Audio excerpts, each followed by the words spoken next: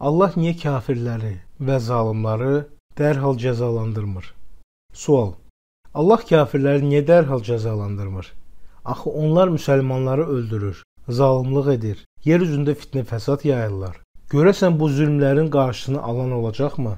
O zalimlərin bəlası nəyə görə dərhal gəlmir?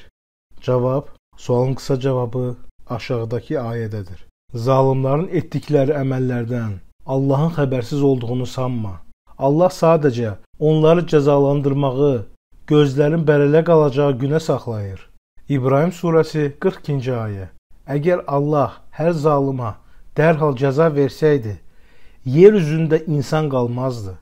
Allah insanları bu dünyada sınağa çəkdiyi üçün zalimlər cəzasız qalmağı düşünərək öz zülmlərini artırırlar.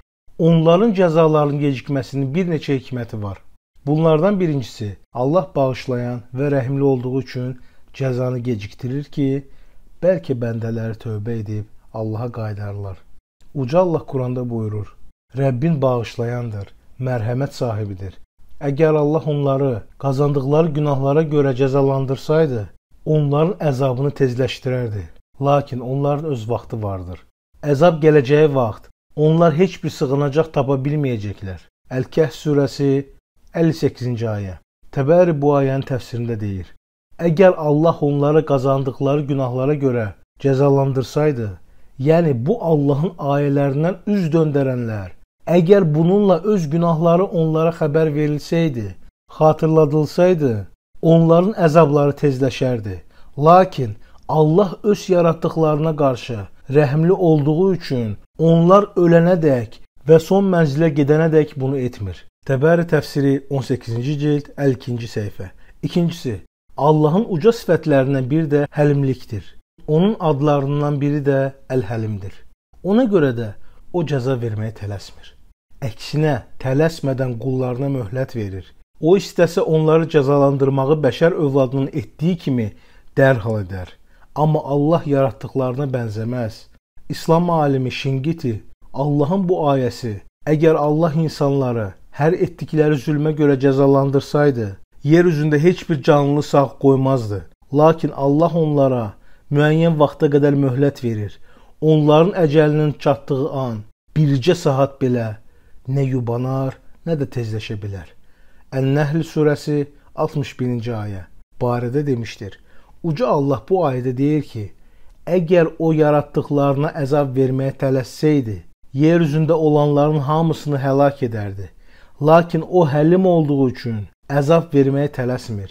Çünki tələsmək fürsəti əldən verməkdən qorxan birinin halıdır. Göylərin və yerin Rəbbi isə bir şeyi etmək istədikdə onu əldən çıxarmaz.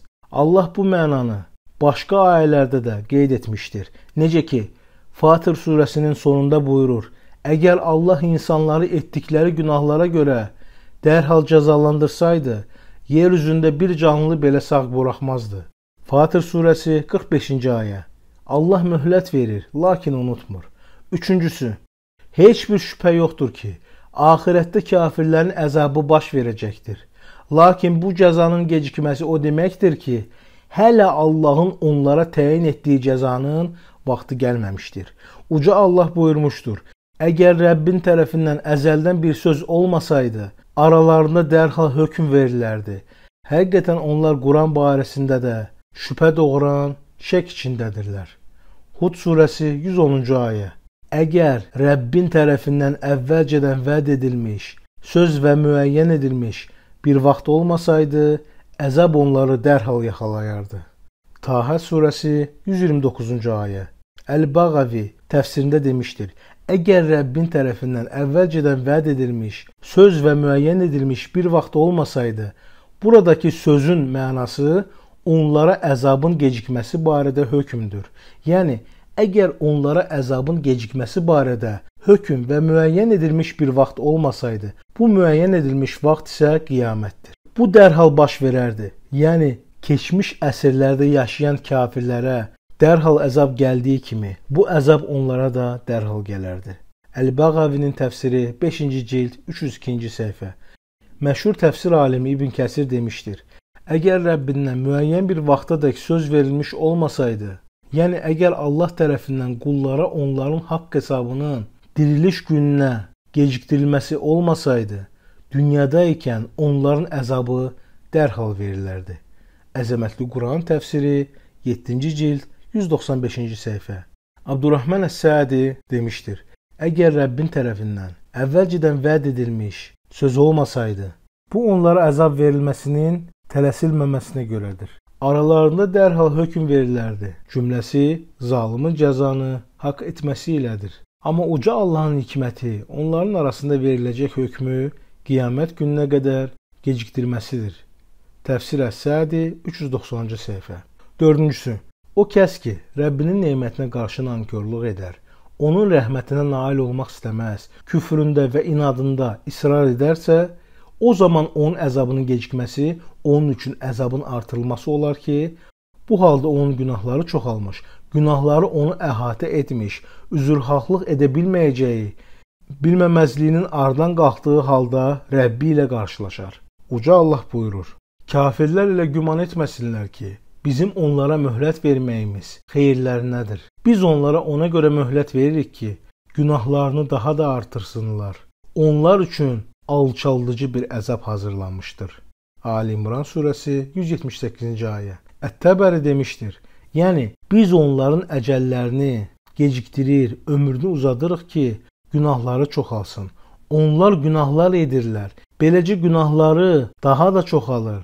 Onlar üçün alçaldıcı bir əzab hazırlanmışdır. Yəni o kəslər ki, Allah və elçisinə qarşı küfr etdilər, onlara axirətdə alçaldıcı, zəll edici bir əzab vardır. Təbərinin təfsiri 7-ci cild 423-cü səhifə. Ey bu qədər zülmlərin şahidi olan, qəlbi sıxıntıda olan və zalimlardan intiqam almaq hissi ilə coşub daşan kimsə, bil ki, qaçmağa bir yer olmadığı halda, uca Allah haqdan qaçan günahkara günahına görə haqq etdiyi cəzanı verəcək və onun bir qaçış yolu qalmayacaq.